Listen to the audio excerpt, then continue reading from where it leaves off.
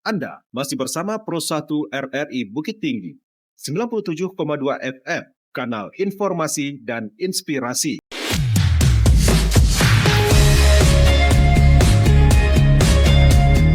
Kanal informasi dan inspirasi.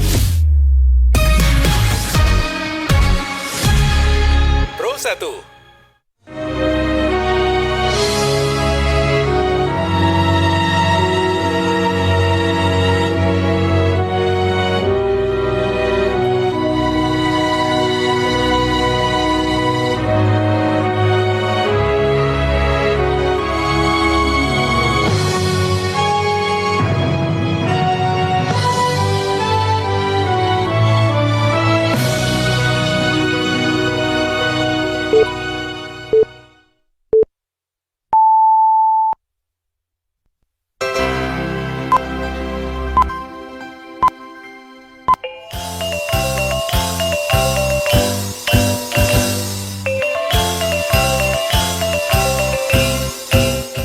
Informasi sana pandangan tumangoli pijupon di siang hariku kami sampaikan sa di Barito Utamo. Pemerintah Kabupaten 50 Kota menyalurkan bantuan pangan berupa bare kepada masyarakat. 5 kecamatan diusulkan pemerintah Kabupaten Agam sebagai wilayah pertambangan rakyat. Buletin Barito Minangko dibacakan De Surtiudila. Pemerintah Kabupaten 50 Kota menyalurkan bantuan pangan berupa bare kepada masyarakat Nagari Harau sebagai bentuk kepedulian terhadap ketahanan pangan juga kesejahteraan masyarakat. Irsyad menurunkan laporannya.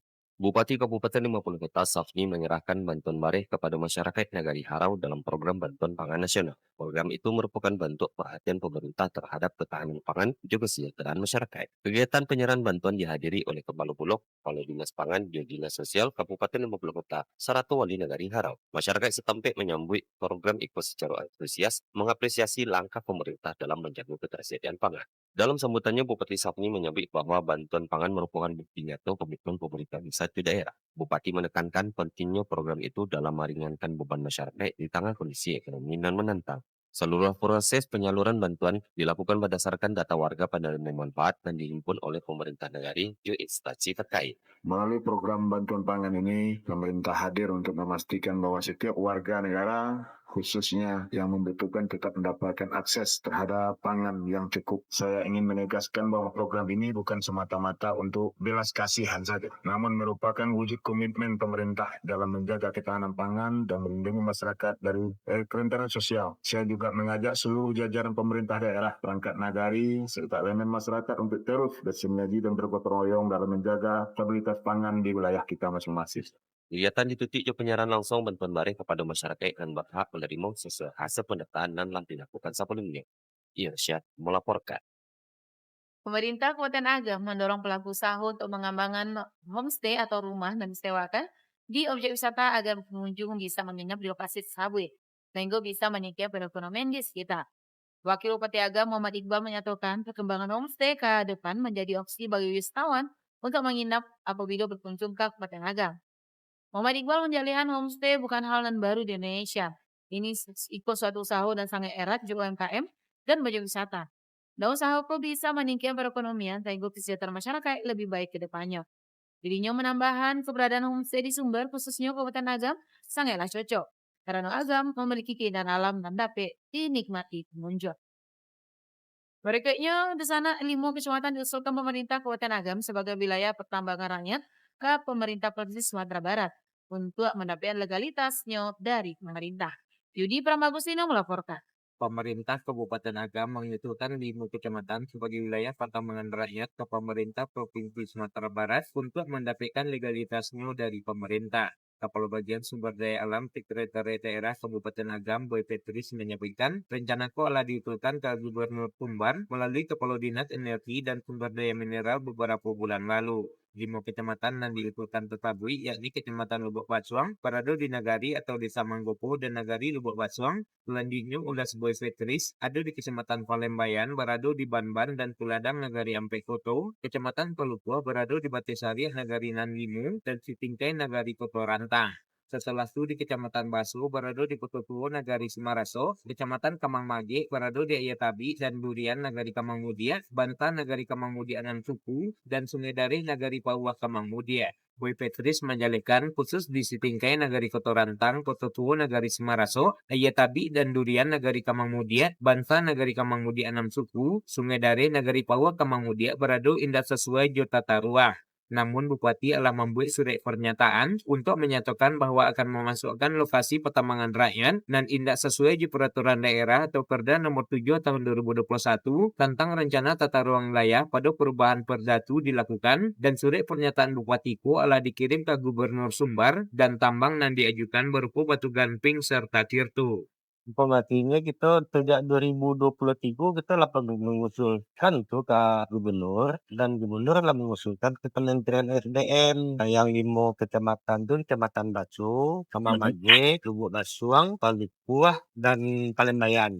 Itu yang lah usulkan. Kemudian dalam perkembangannya kemudian pada tahun 2025 kembali diusulkan ke gubernur sama minta ke bupati seluruh bupati wali kota seluruh Sumbar kan bahwa lah mengusulkan itu juga balik. Jadi untuk sementara untuk menunggu SK dari Kementerian SDM penetapan daerah wilayah pertambangan rakyat.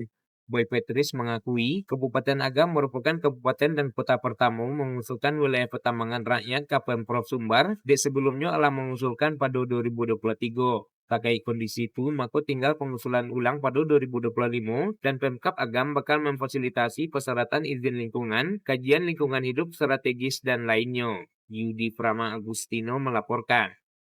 Satuan Reserse Kriminal Satreskrim Polres Pasaman bersama Polsek 2 Koto melakukan operasi penertiban pertambangan emas tanpa izin PT di Lanang Hilir Jorong Bandar Mas, Taman Garis Badak Barat, Kecamatan 2 Koto.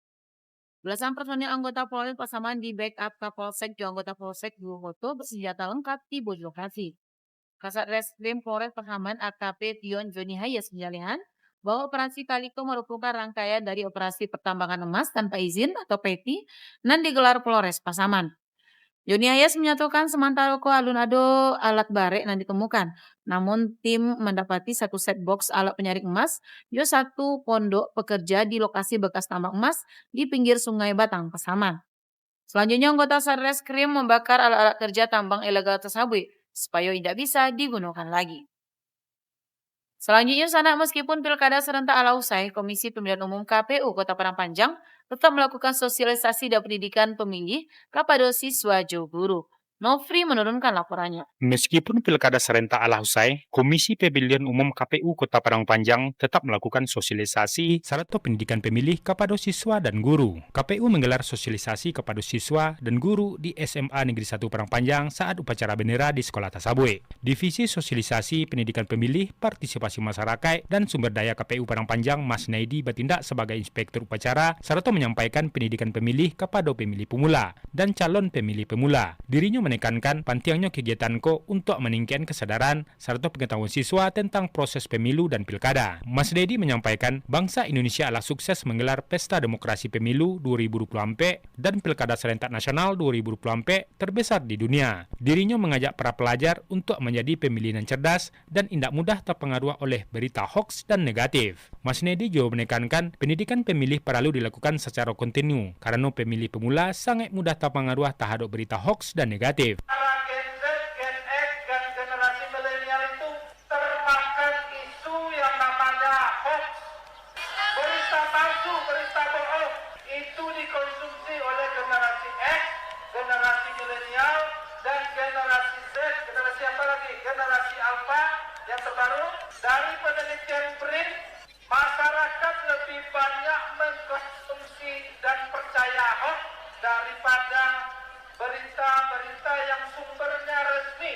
Dirinya berharap para pelajar dapat memahami fungsi parpol dalam tahapan penyelenggara pemilu serta upaya mendidik generasi agar tidak terpengaruh oleh informasi yang tidak akurat. Mas Nedi menambahkan, jo demikian KPU Padang Panjang berharap dapat meningkatkan kesadaran serta partisipasi masyarakat dalam proses demokrasi. Sosialisasi ko jo diharapkan dapat membantu siswa menjadi pemilih dan cerdas dan bertanggung jawab. KPU Padang Panjang berkomitmen untuk terus melakukan sosialisasi dan pendidikan pemilih kepada masyarakat, terutama kepada pemilih pemula. Nofri melaporkan. Ketua Tim Penggerak Pemberdayaan Juga Kesejahteraan Keluarga TPPKK Kabupaten Pasaman Barat Nyonya Sifrawati Yulianto menekankan pentingnya peran kader posyandu dalam mendukung peningkatan derajat kesehatan masyarakat, khususnya Ibu Joanna, dalam pelatihan yang digelar di Nagari Sikilang, Sungai Awur Selatan. Kegiatan pelatihan kader posyandu tersebut diselenggarakan di pemerintah Nagari setampai kerjasama jo puskesmas dan instansi terkait. Nyonya Sifrawati menyampaikan bahwa kader posyandu merupakan garda terdepan dalam menyukseskan program-program kesehatan pemerintah dan mendorong supaya para kader tidak hanya terampil secara teknis, tapi juga memiliki kepedulian sosial dalam melayani masyarakat. Berikutnya, sana menjelang hari ulang tahun ke-80 Republik Indonesia, penjualan bendera di Kota Padang Panjang masih terpantau lengang. Berikut Alwat Nama Fauzan menurunkan laporannya.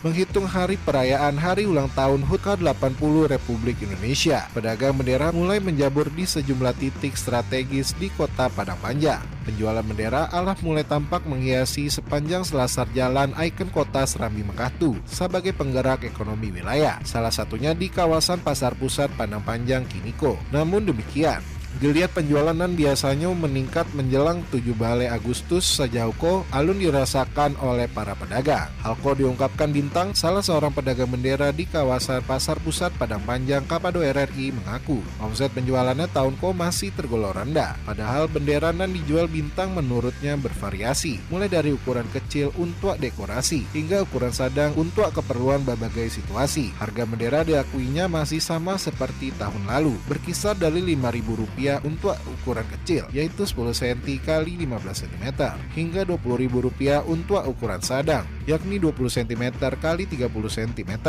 Dengan siapa, Bang? Bintang. Bintang. Oke, Bang Bintang, sejauh ini gimana, Bang, penjualan bendera di Pasar Pusat Padang Panjang saat ini, Bang? Menyusut, Bang. Menyusut dan sepi.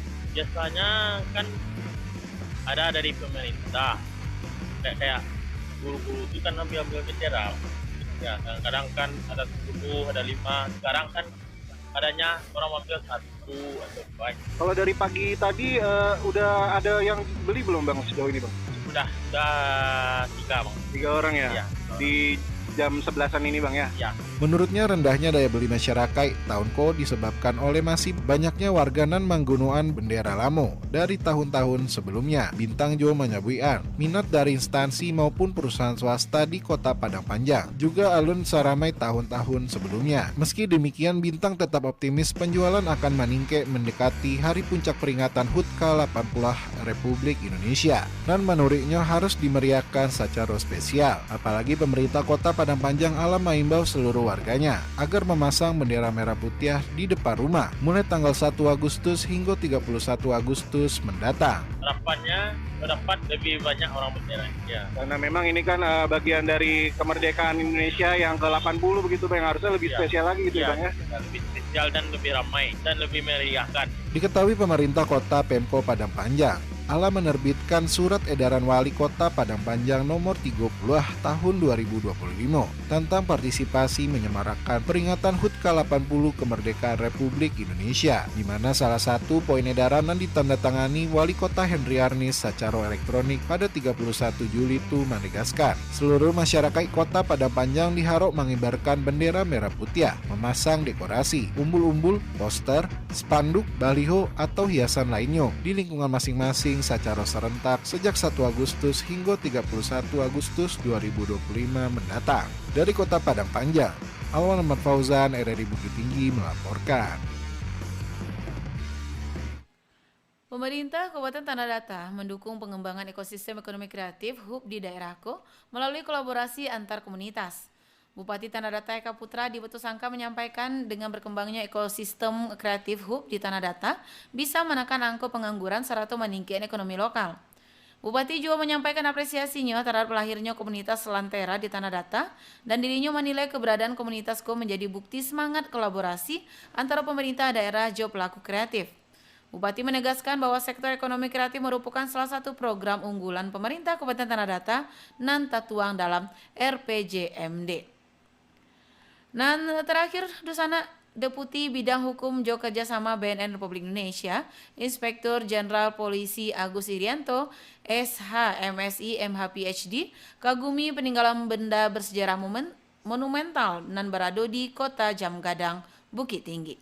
Berikut laporan Johnny Marbeta. Keberadaan Lubang Japang berada di dalam lokasi Taman Panorama Ngarai Sianok, Kota Bukit Tinggi sebagai situs cagar budaya peninggalan Perang Dunia Kedua dibangun 1944 memiliki panjang 750 meter atas peninggalan bangunan bersejarah memiliki andil gadang dalam kemerdekaan Republik Indonesia juga terkesan dan dikagumi di Deputi Bidang Hukum dan Kerjasama Badan Narkotika Nasional BNN Republik Indonesia Inspektur Jenderal Polisi Irjen Pol Agus Irianto SHMSI MH PhD ketika menyambangi Taman Panorama Ngarai Sianok yang juga kedatangannya didampingi Kepala BNNP Sumbar Brigadir Jenderal Polisi Brigjen Pol Dr. Riki Yanuarfi SHMSI Datuk Rajo Agam, Deputi Bidang Hukum dan Kerjasama Badan Narkotika Nasional BNN Republik Indonesia Irjen Pol Agus Irianto tekankan bahawa peninggalan benda bersejarah monumental nan harus dipelihara secara rancak sehingga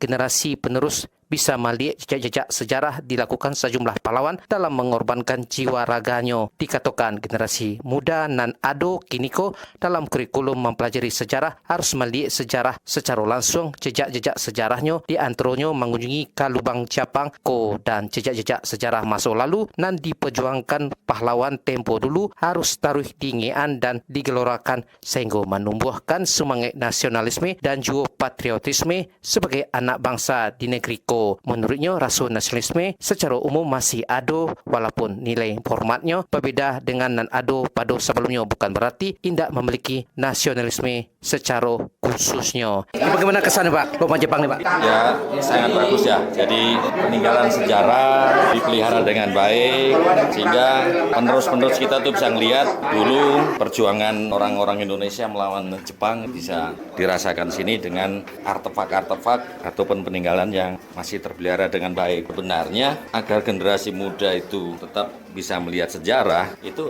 ketika ke dalam ini pelajaran sejarah itu harus diajak ke peninjauan gini. Jadi masuk ke dalam kurikulum sehingga mereka bisa melihat secara langsung seperti apa kondisinya dan itu harus tetap masuk ke dalam kurikulum ya. Kurikulum sekolah pun baik SD, SMP, SMA, universitas itu di sejarah ya atau mungkin di ini mata kuliah umumnya harus dibawalah sejarah diingatkan bahwa mereka ada sekarang itu karena perjuangan para pendahulunya, nenek moyangnya dia.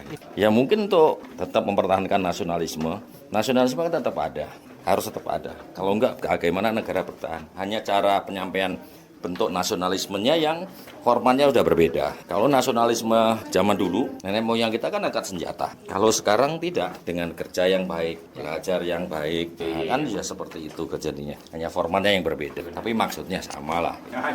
Di samping menyusuri jejak-jejak sejarah, juga kedatangan Irjen Pol Agus Irianto ke kota berjulukan Jam Gadangko, juga menumbuhkan semangat anti narkoba di Ranah Minang, Sumatera Barat, karena Ranah Minang termasuk provinsi rawan narkoba berada di posisi 5 secara nasional dalam peredaran NAP1. Reporter RRI Bukit Tinggi Johnny Marbeta mengabar untuk berita Ranah Minang pada siang hari ko. Sekian berita daerah Bahasa Minang untuk siang hari ko Minggu 10 Agustus 2025. Berita daerah selanjutnya dapat didengarkan besok pagi pukul 6 waktu Indonesia Barat. Saya Surfia Dila, selamat siang.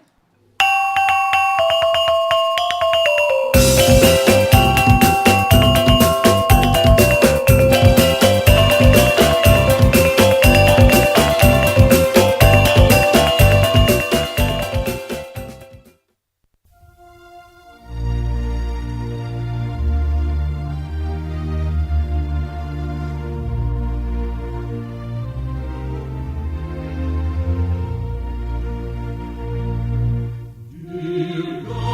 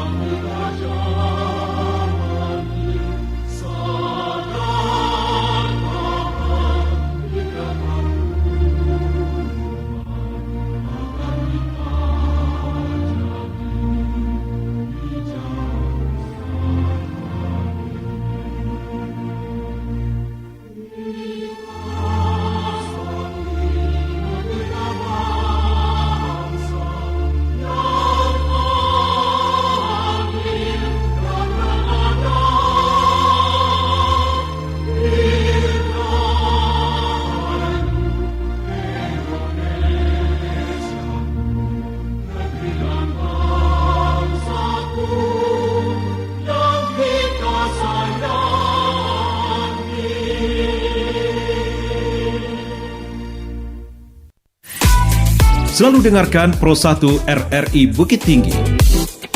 Kanal informasi dan inspirasi.